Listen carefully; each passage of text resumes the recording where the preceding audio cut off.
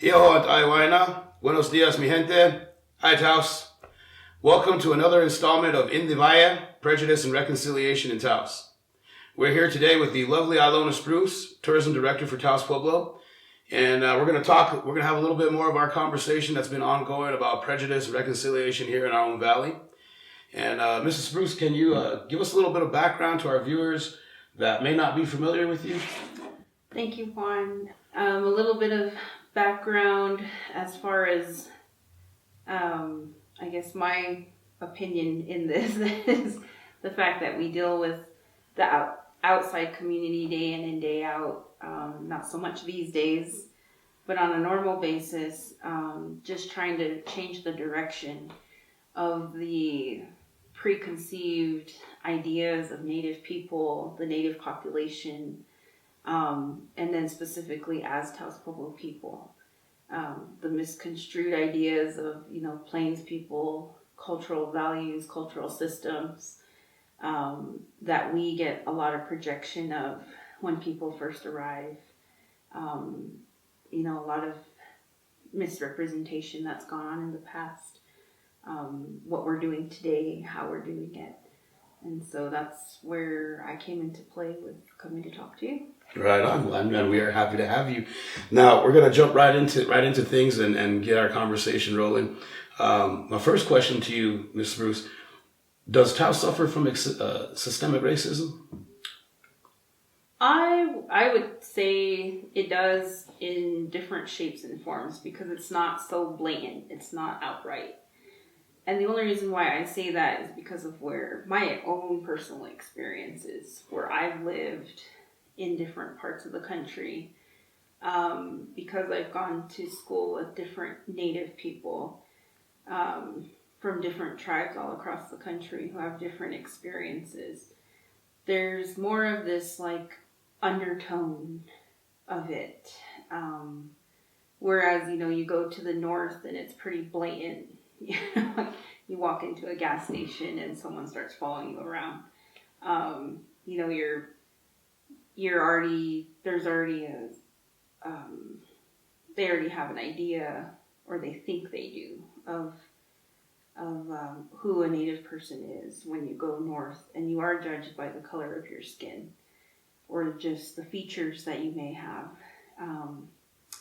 Whereas here, sometimes it reminds me because there's such a cultural mesh of everybody here that there is times where people are a little bit more adherent to who's in the room, and they're just a little bit more conscious of that.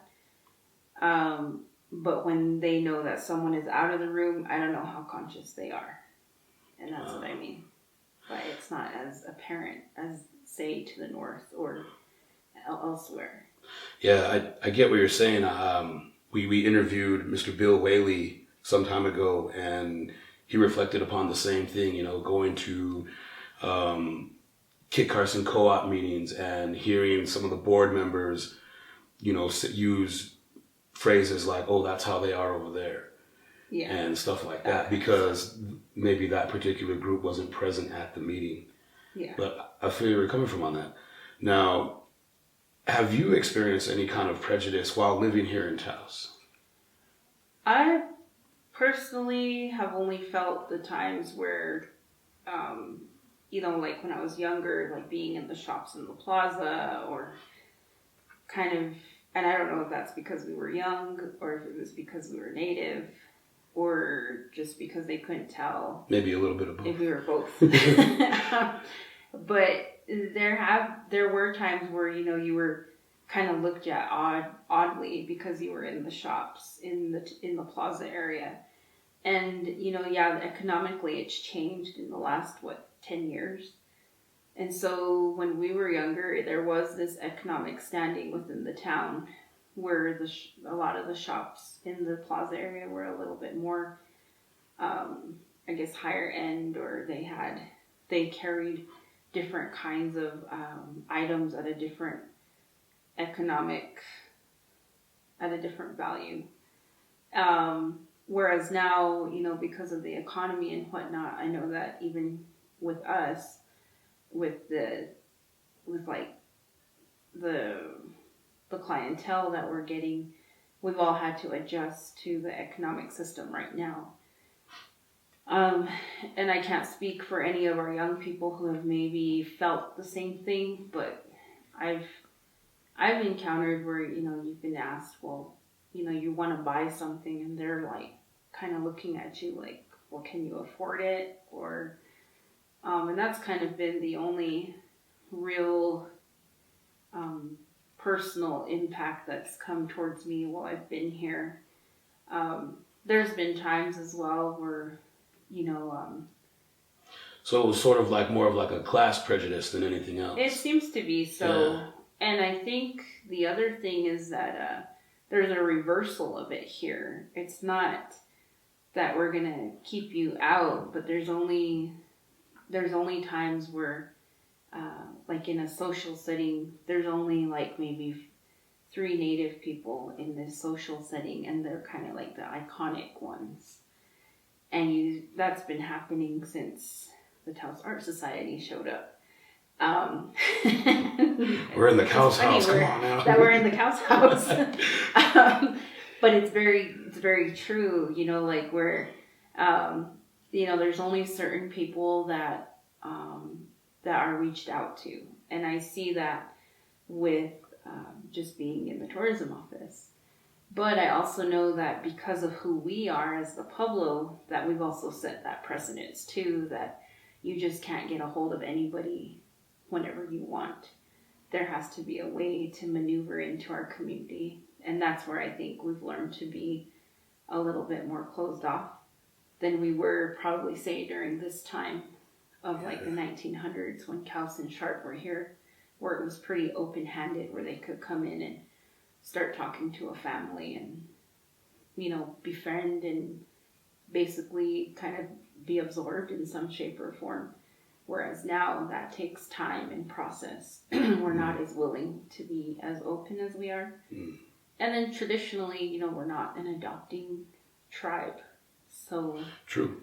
True. As to the north, they adopt. Yeah. So I think there's like cultural boundaries, and then there is that systemic component in there as well. But I will say, not directly, but like in the school system, it's still pretty prevalent where Native children only in the last maybe couple of years have been, the ideas of what's here at the Pueblo has started to be valued by Western education. And a lot of that has to do with Native people going out and getting their degrees and bringing that into the Western education forum. And so now it's starting to leak into secondary schooling and whatnot. And so I've noticed that myself, with 2 kids in the high school and another 2 in the elementary. I've really started to see a shift in how our culture is appreciated within our community. Yeah. And I have to say, it's been a positive one, and we thank you for that, Taos. Now, do you see, moving forward in the conversation and onto another topic, do you see any reflections from the past in regards to like what's going on nowadays in our country with, the Black Lives Matter movement, the state of civil unrest in places like Portland? Do you see any reflections from the past in what's going on today? I think we're having a resurgence of, I think it's all based on the political terrain that we're in right now, where a lot of this we've already seen. Maybe we didn't see it, but our fathers, mothers saw it. People are just tired of not being treated equally and not having equal access. And I think that's a huge part to the injustice component, is that there's not equal access to things, and or even to being able to provide for your family the way you would like to. And it's all based off of, which is really sad at this point, that you think we'd be further along, but a lot of it is based off of skin color. And I think sometimes, not sometimes, but I think here in this day and age, a lot of that has to do with financial restriction. Like for us, yeah, it's fine and dandy that we have the Pueblo land, tribal land. I know a lot of us don't like to refer to it as reservation land, but it is our original homeland, so technically it's not reservation land, but that's how we're categorized under federal law. But the backdraw of that is that we don't have any land assets, and so therefore we can't apply for like homeowners loans. We can't apply to expand in any way. It's really hard to apply for even business loans, and so there's really it's almost like being, yeah, we're going to give you this, but then you won't be able to do this. So I've felt that pinch myself personally when the wife and I were first trying to purchase a home for ourselves. We were going to mobile home, right? Going to move it onto the res. Couldn't go through with the deal with the mobile home company because we didn't have any land of our own to put down as collateral for the loan for the financing. So finally, so what it does though, or what has happened, is it's made the tribe take on the responsibility to try and figure out how can we do this for our people. So now there's a way that they worked with some of the lending companies for there to be some sort of tribal mutual agreement or whatnot of being able to access if the loans aren't paid on and whatnot, to be able to access those assets that were put on tribal land. But now, that's where I see the inequality is there's not equal access to opportunity. And, and that's what I see here. Whereas comparison to what we've dealt with or what you've seen on like TV with the Black Lives Matter movement is there's an inequality as far as humanity, just being treated as a human being. And I think here, because of where Taos sits and because of why some people have moved here, they don't bring that with them. So I think we're in some shape and form where sometimes it's just people being ignorant who don't really know the cultural component that's here. And they don't know too much about the Pueblo because we're also not very forthcoming. But I think there is definitely a financial accessibility limitation here within the community. And that speaks for not just the Native community, but anyone who is below a certain income. And I would have to agree. Yeah, I mean, I've seen some Anglos that were not really well off be treated the way you're talking about by not only Hispanics but also some of our own people. Yeah. And I think it's important that we recognize that it's not necessarily always a skin color thing. Sometimes it's the kind of clothes you wear. I remember kids being picked on in school because they have to wear the same clothes 2-3 days in a row. Yeah. And you feel bad for them. Basically come there all, And nowadays, thankfully, I think we've kind of turned that particular part around and try to help those individuals. You see those kind of kids and you want to reach out to the family now. So I think we are moving in a positive direction. I think so. I think Taos as a whole has come a long ways. I think people who just moved here see a lot of the areas where we haven't maneuvered, but they don't see how far we've come. And but I will say that just because we've moved further, we're moving along doesn't mean we forget about what's happened in the past. It has to be taught. It has to be learned so that way we don't do it again. I agree there.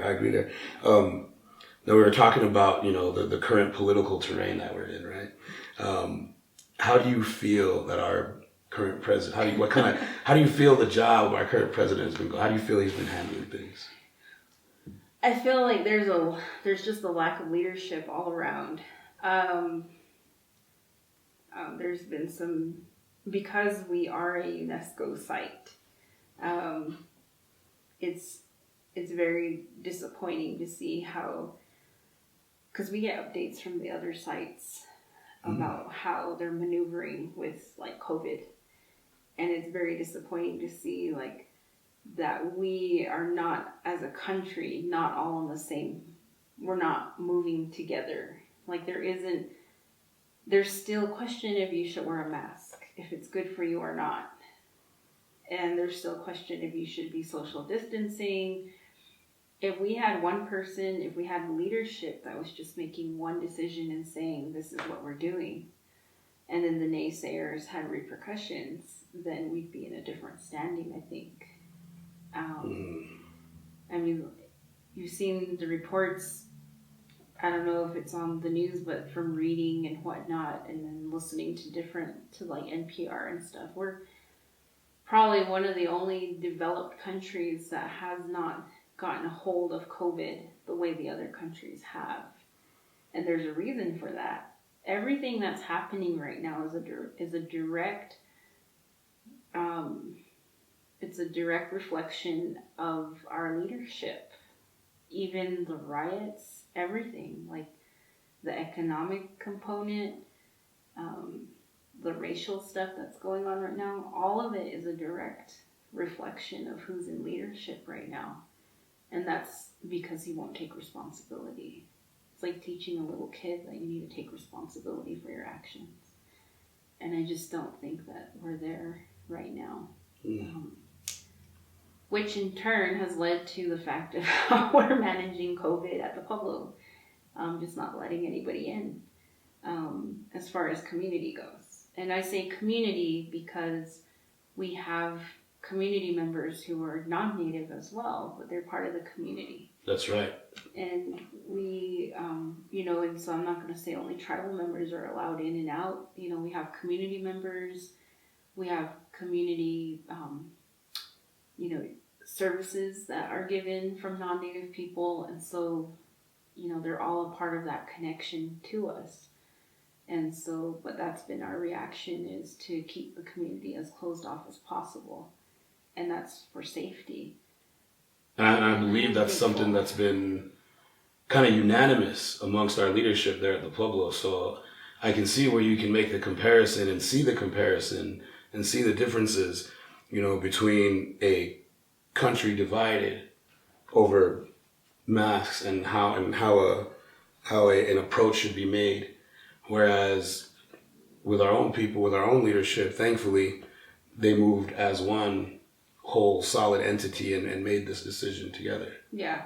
And I think even with keeping the village closed, I know the economic impact to some of our people is substantial. Oof, man, yes it is. Yeah. I'm feeling that pinch myself. And it's really been a rough summer with having to not bring you guys back on, and then putting everybody on furlough. So, and not, the unknowing is what's stressful, I think.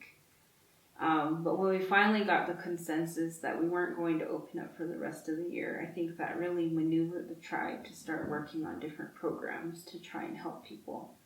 So we'll see what happens probably in the next month. Wow.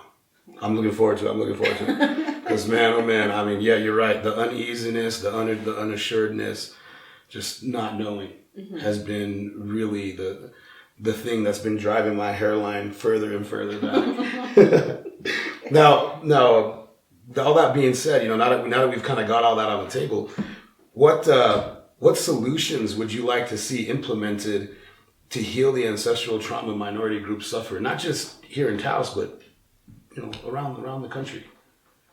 I think there just has to be an acknowledgement of it. Like right now, there just isn't an acknowledgement of what's happened to all the different groups that create our country. Right. it's like the majority wants to pretend that none of this happened.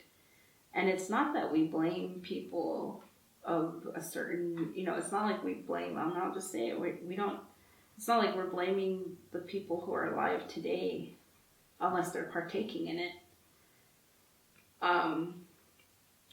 But what we want is just to be acknowledged that this happened and that there are reasons why we have social impacts like alcoholism, like, family distress, why we have certain kinds of health issues in the communities. The big, in the larger scale, the big talk about reparations and whatnot, when people don't want to acknowledge reparations to the African American community, it's like not acknowledging that slavery happened. It's not acknowledging that, they were torn from their homelands and brought here. When the federal government doesn't want to acknowledge treaty rights, especially with our northern brothers and sisters, it's like they don't want to acknowledge that they were removed as well. And that the intention of the removal was for them to be annihilated. They weren't meant to live on reservations.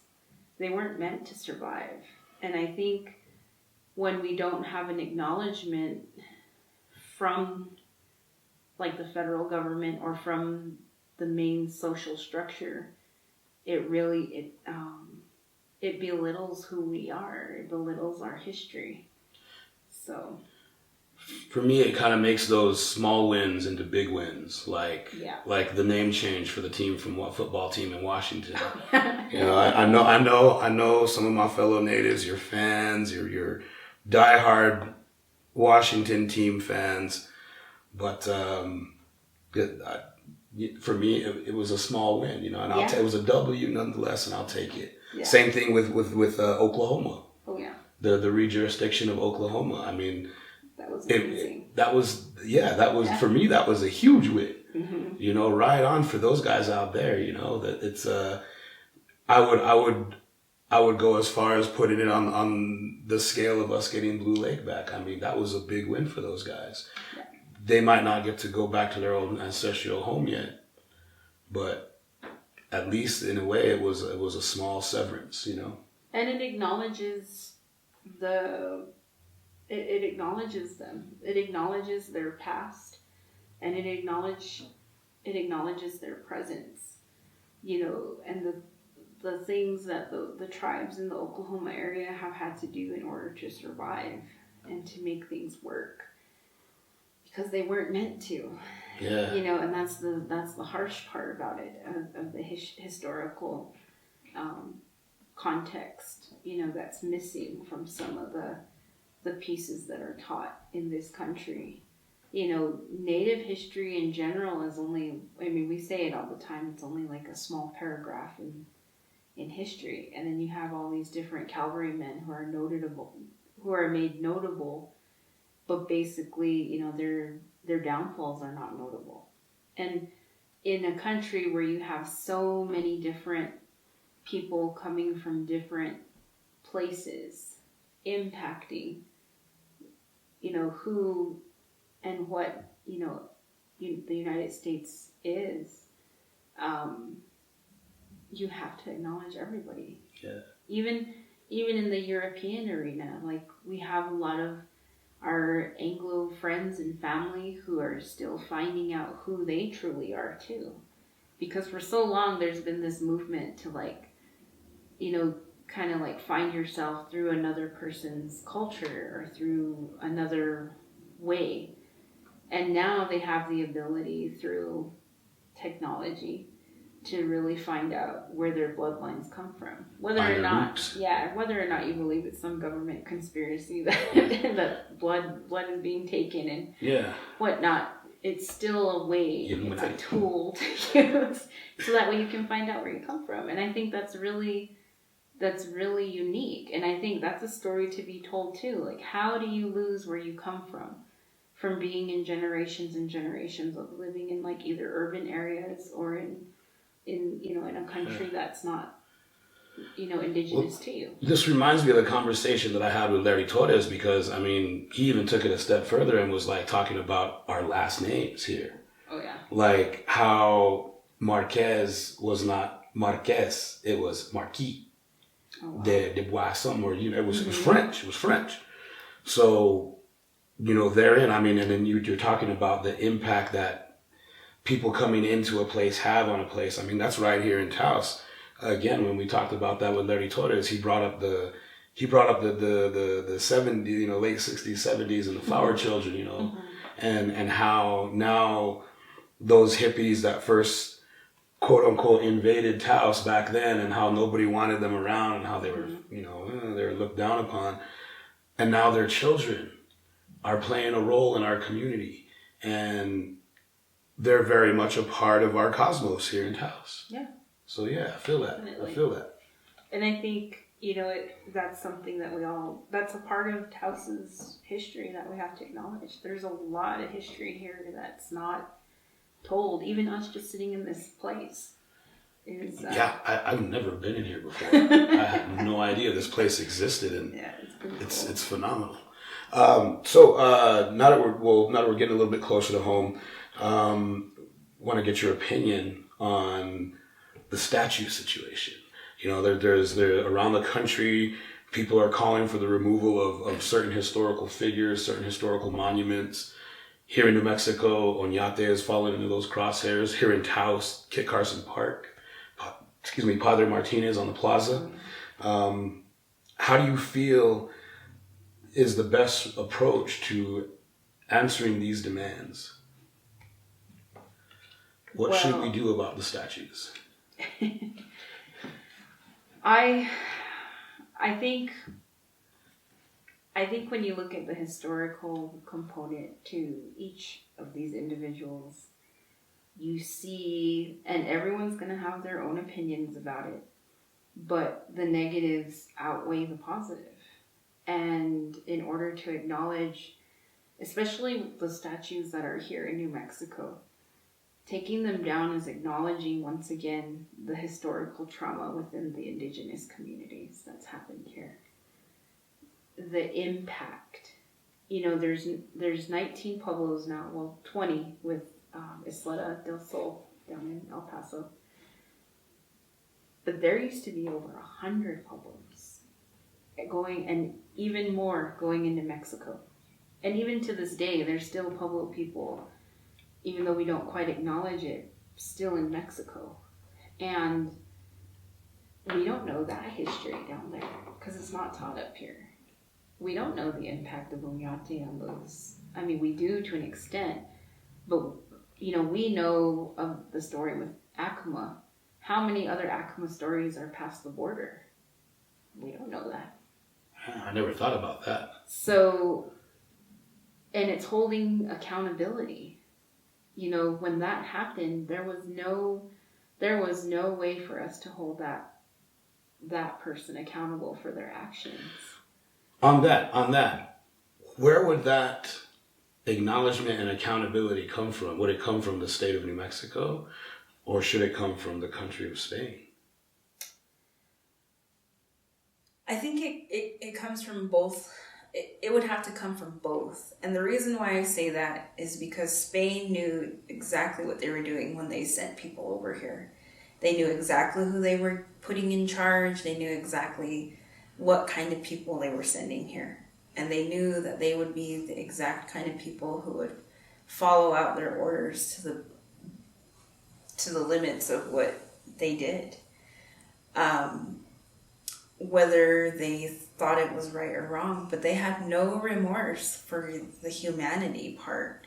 They had no remorse for indigenous communities that were being impacted by their goal of getting gold, their strive for it.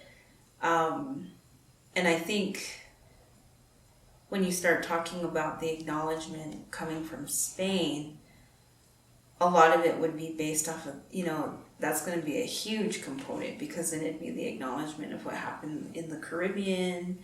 It'd be acknowledgement of what happened all over the southern part of this country. Word. And because New Mexico, Arizona, Mexico just aren't the only ones that were impacted by them. You know, the Taino are still alive, but in very few, and a lot of it's descendancy. But what happened to them was, and the tribes that are lost, that don't have a voice, you know, we have to somehow figure out a way to give them that acknowledgement. And I think part of that is taking down these statues, is that when you take down such a historical figure for, you know, you're acknowledging the history of the indigenous people, and you're acknowledging that there was people originally on this land. And I think that that's something that the United States or the federal government does not like to acknowledge, is that there was people here already. Like, human beings were here, but we weren't treated as so.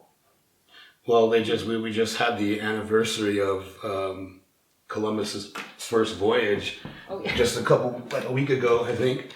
And I mean, you saw the social media posts, every single one of them. You know, the discovery of the new world, and I saw one particular social media group that actually acknowledged the epoch of the historical value of what happened. You know, that voyage changed the world, for better or worse. It changed the world, and that's how they acknowledge it. And I thought it was for me, that to read that was very warming, because it was the first time I'd ever heard that story or read that story told in such a way to where it wasn't glorifying the discovery of the new world. Yeah. Because you can't very well discover something that somebody's already living on. Yeah. Exactly. And I think that's one of the misconceptions that needs to be reverted, is that there was a discovery. There was no discovering. You know, it's the same thing with the Bering Strait theory. You know, yeah, maybe some indigenous communities came from across the Bering Strait. I'm sure there was some sort of, there had to have been. There's no way that this whole world went for eons without interacting with each other. It's the way the world works. It's the way human nature works. We're meant to cross paths and work with each other and create innovations with each other. But what I will say is that I do think that the Bering Strait has given a lot of the justification for what happened to us as in our native communities. From the Anglo world, it's given a lot. I've sat in meetings before where people have brought up the Bering Strait as a justification that we weren't originally from here. And, you know, and I'm like, well, it's a theory. It's still a theory. Like, no matter how you want to justify it, it's a theory. Mm-hmm. And there still is so much to be had and to be told about that theory. And yeah, do I think that part of it's true? Probably. Yeah. I mean, you know, we couldn't have tribes in Alaska and all of Canada if we didn't have some sort of crossover and cultural relationships between tribes. Some of the indigenous people in those colder areas up to the north, there's a lot of cultural exchange that went on. But do I think we all came across from there? No. I do think that there was, you know, however anybody wants to justify it, it's just that same situation of saying that we weren't on this land before, you know, that we were newcomers too. Whether it was 1,000 years before or 1,000,000 years before, it's still the same justification to say that, well, you guys weren't here originally either, so it was okay that we like did mass murder on you guys and left only like an eighth, not even eighth, like a 0.008% of your population. It's still used as justification.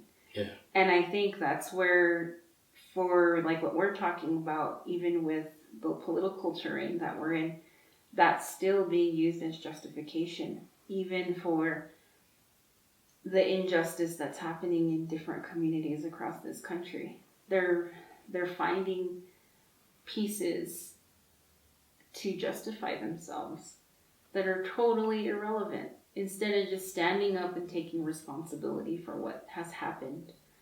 It's finding like, oh, well, there was a pebble there, so I had to, you know. It's like, well, because of that pebble, I pushed you to the side and you fell down. It's like, I feel that. You know, it's it's just.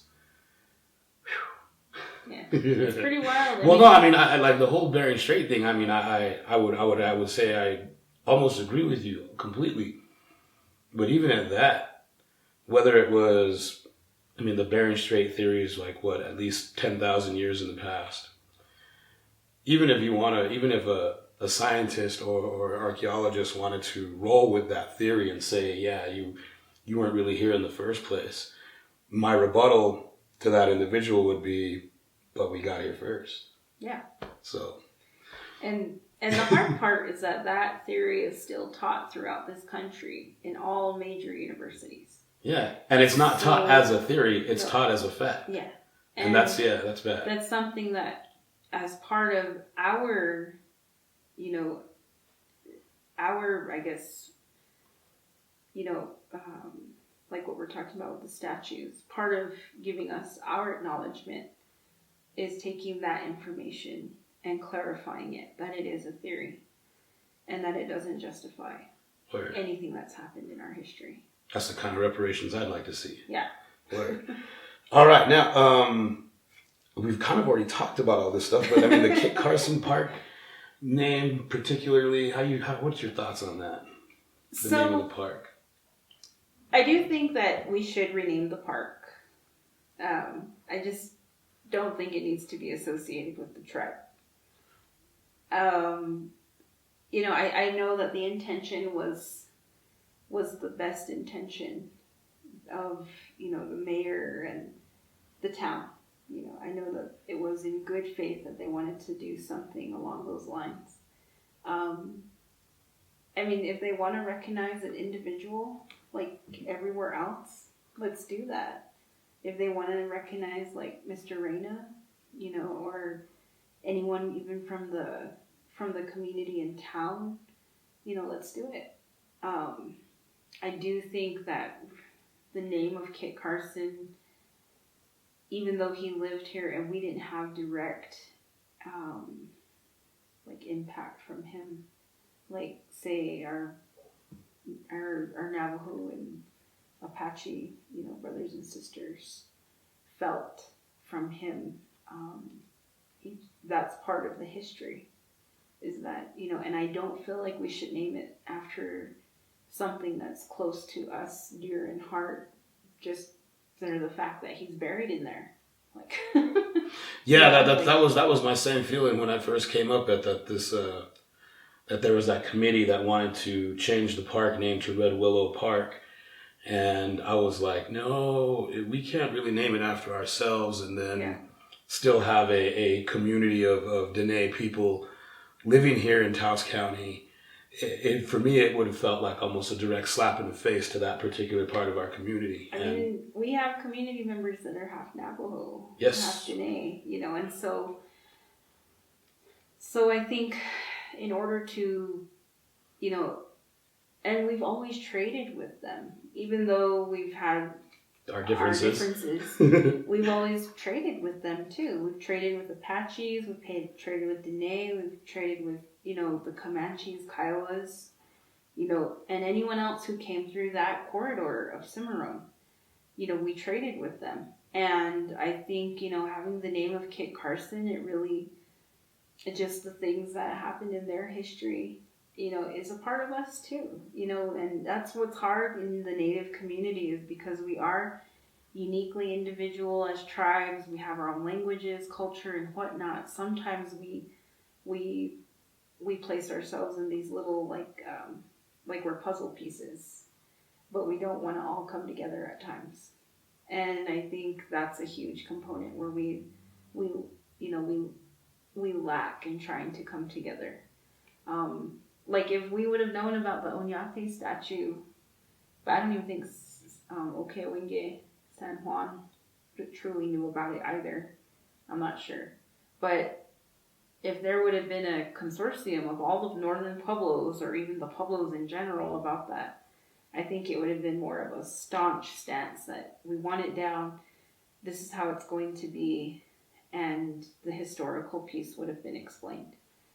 As far as that center goes down there, I do think that there needs to be, if whatever they end up using it for, there needs to be some sort of history that's given about that place.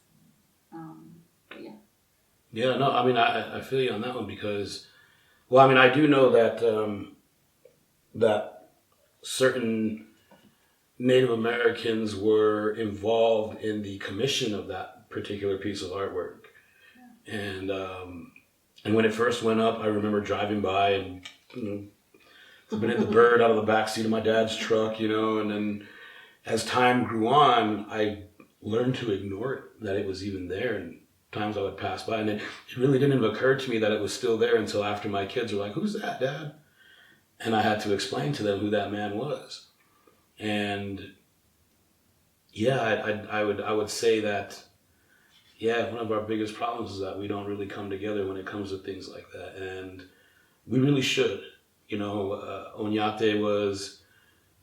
had a huge impact on our brothers and sisters in Acoma. Maybe not so much up here, but his presence was felt. Mm-hmm. And likewise with Kit Carson. I've read I've talked with other people and I've told them I've read the books. I've read them all. Blood and Thunder, it's one of my favorite reads.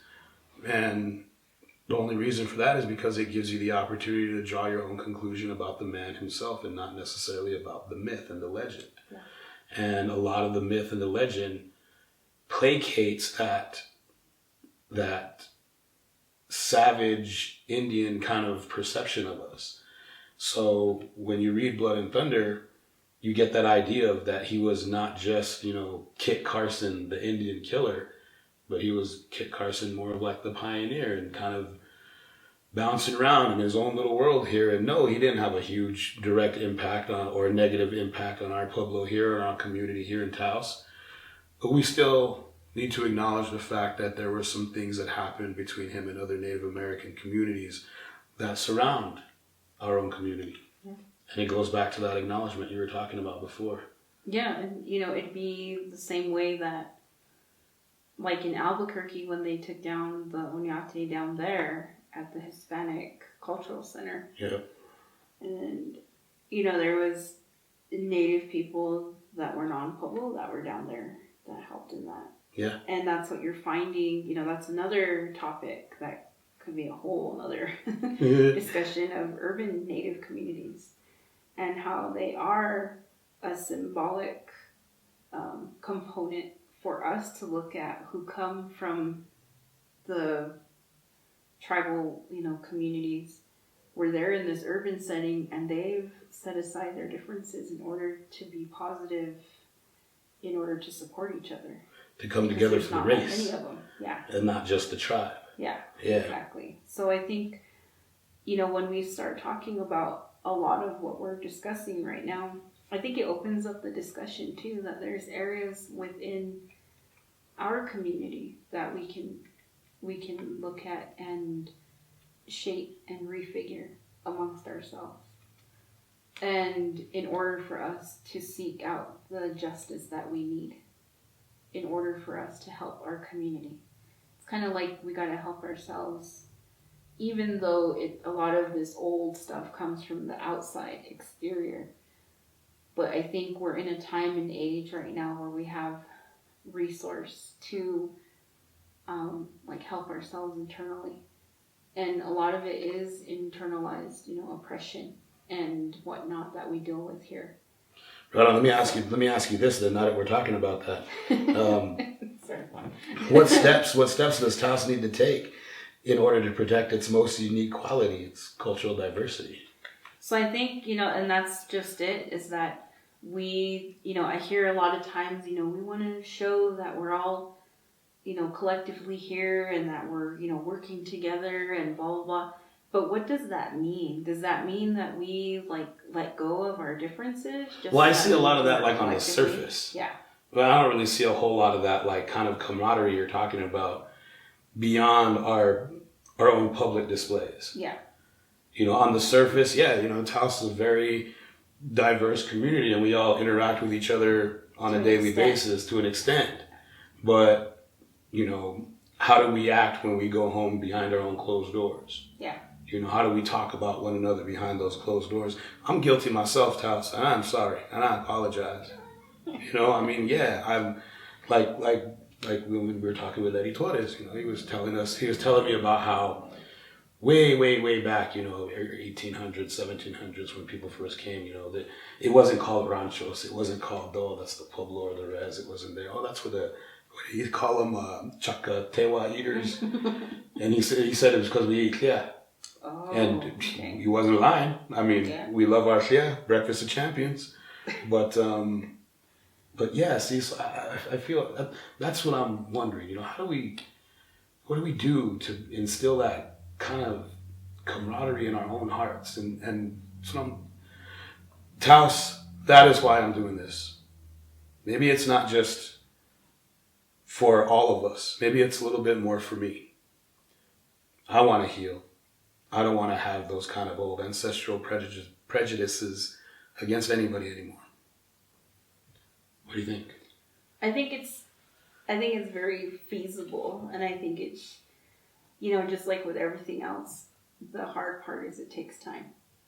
And I think in order for us to move forward, there has to be and I think it's hard here because we have like what's happened here is the Pueblo has really become its own it's become its own community. I mean, it is its own community. And then you have the Taos community. And then you have this middle ground of where the Pueblo and the Taos community meet. And I think what needs to happen as far as taking it back home with the Pueblo is that we have to find a way, if it's not going to be done from the state or whatever, like what we're talking about with acknowledgement, we have to start doing it for ourselves. And that's educating our children. Education is ideal with telling our children about why, like what you said about your kids asking about Oñate, the statue. Like, why is it there? You know, and giving them both views of why it's there. You know, educating them about, what happened. And then educating about, even the hard parts about what is happening in our community today. And we all see it.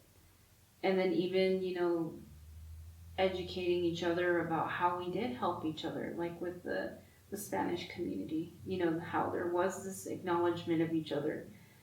And I think during the Taos Revolt, when we fought and bled side by side. Yeah. And I think, and that's what was different in the assimilation processes of the Spanish versus the Americans, is the Spanish didn't really want us to absorb into them. They wanted us to stay different, but they wanted us to stay different and below us and below them.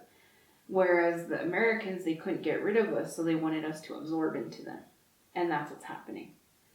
And so now, we're holding on to everything that we can that makes us different. So why don't we educate ourselves about the reasons why we're different? It's educating each other about, and then we educate each other about how we contribute to making Taos what it is. And why, so many people seek out the Pueblo. I hear it all the time. I come here because there's a sense of peace. There's a sense of spirituality here. The mountain called me. And, and I laugh, but I mean, for those. Well, for us, it's a little amusing because, I mean, being Taos Pueblo, I feel like we can hear it. Yeah. But for us, it's like, oh, how are you able to hear it? Yeah, and and then the other part of it too is that I hear what people say, but then at the same time I'm like,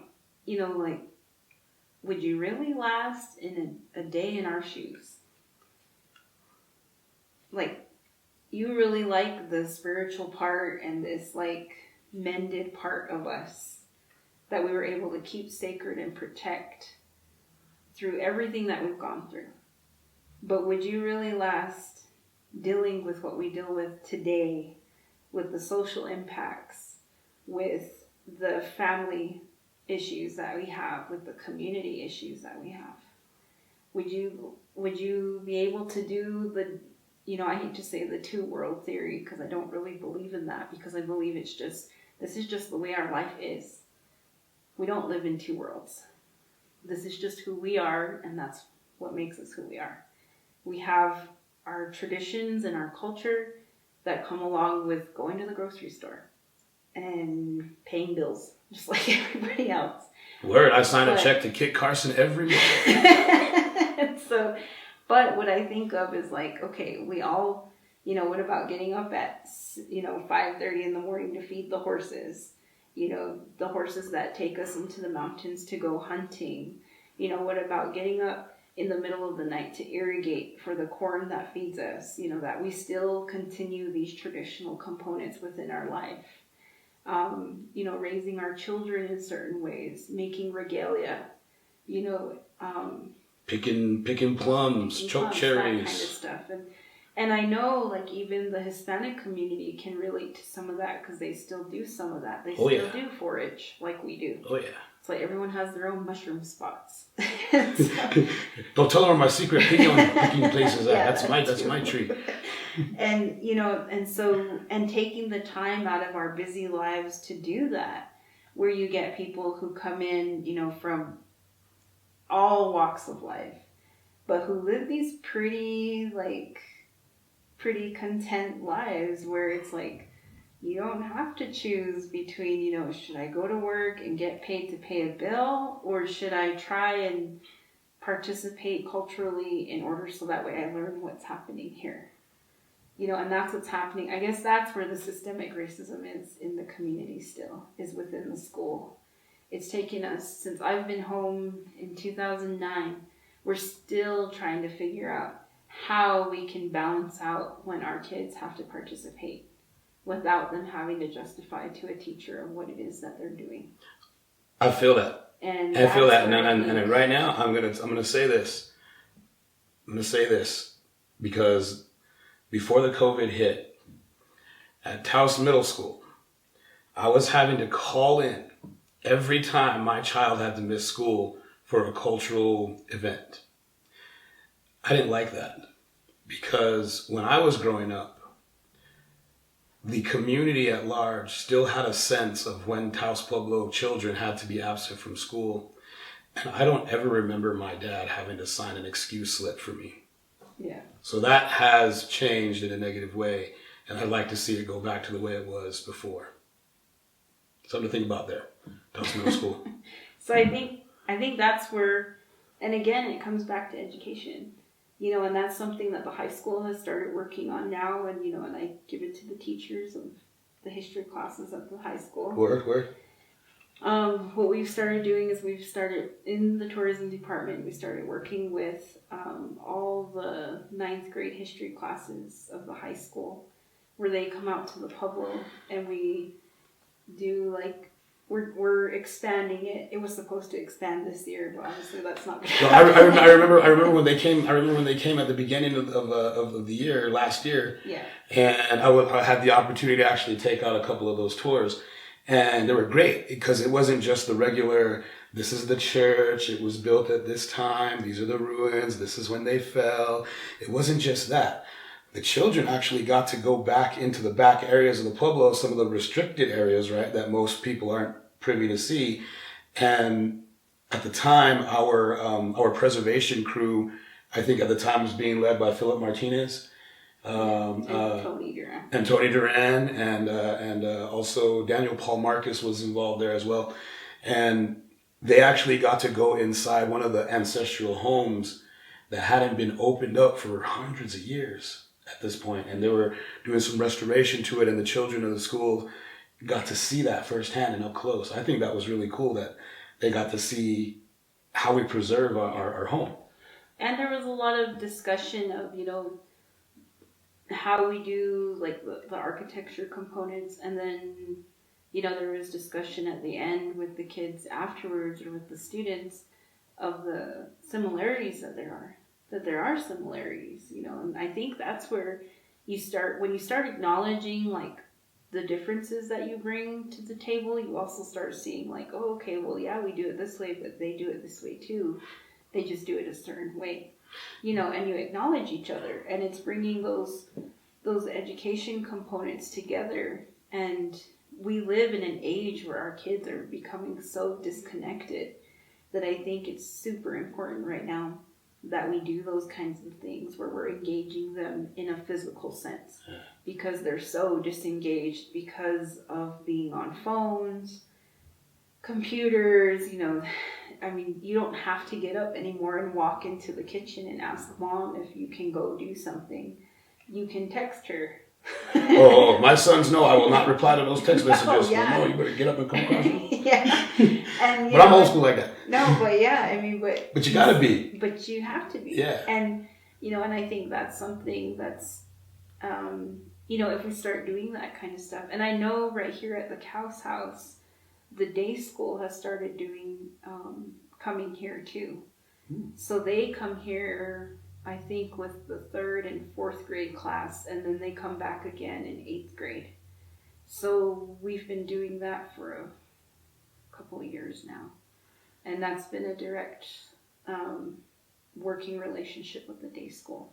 And it's really cool because, like you said, you've never been in here. So now we got a whole group of kids who have said that they've been here. And, like, literally, they've walked through history. And that's really cool, and whether we can tell them, the nitty-gritty parts of why particularly, like, some of our men decided to start posing because they needed to feed their families, or, that it was part of them befriending Taos or Sharp, or even Blumenshine, any one of them, you have these different perspectives that are given, and it's really a beautiful thing to see them like be pretty excited about what they saw. And because there's a huge component in here too of like what Taos was like in the 1800s, early 1900s. Yeah. And because Davison does such a good job too, he talks about how the town would have looked like, and how this house played a huge part in that political arena at that time too. I'm going to have to pick his brain about that one. Because now, even me, when I first came up in here, I was like, ooh, look at this place. Yeah, it's pretty neat. I mean, and we have these gems within Taos. I mean, that's the thing, is that we have the opportunity and resources to utilize these gems that we have in Taos. Like, we have the Pueblo, and even when we did all of the administration for Taos Municipal Schools to go out to the Pueblo, there was a huge handful of them, or a huge lot of them, that hadn't ever even been to the Pueblo. And my question to them was, how can you teach our children if you've never been here? How do you know where our children are coming from if you've never been in our home? And so that's, I think we're finally in that stage of breaking down those barriers. Because I know too, like, there used to be this old thing of like, oh, don't go to the Pueblo, like. Oh yeah, like we were brought up in high school, you weren't supposed to party on the res because everything always bad went down over there. Yeah. Now it's straight arrow road where you can see bad things happening, but we're not gonna go into all that. But yeah, do you got anything else you'd like to say to the community in regards to all the stuff we've been talking about, Ilona? No, I just think that we're in a time of change and that we can move forward, and there may be ideas that we all agree on, and there may be ideas that we just do not want to see happen. But, what happened historically, the town has always taken steps that were kind of out of the ordinary. And I think that's something that, has to continue.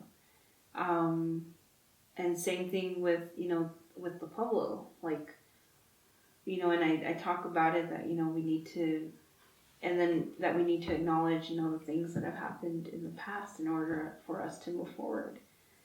And I think we're at a time to do that. And we have resources now to really teach our kids and absorb them in learning what has happened, and we may see a whole new generation of something pretty spectacular. And I'm hoping for that.